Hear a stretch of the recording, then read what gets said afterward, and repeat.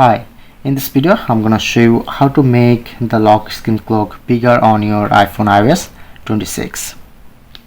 Okay, and provide full guide.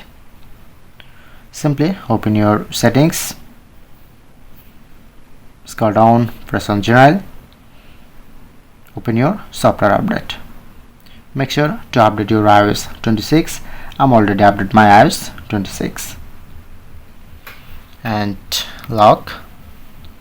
Long press in your blank screen, press on customize. Then you get this option. You can easily increase or decrease clock size. Just tap on to increase or decrease thickness, change color, okay,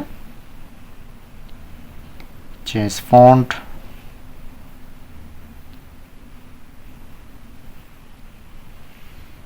or setup, press on done.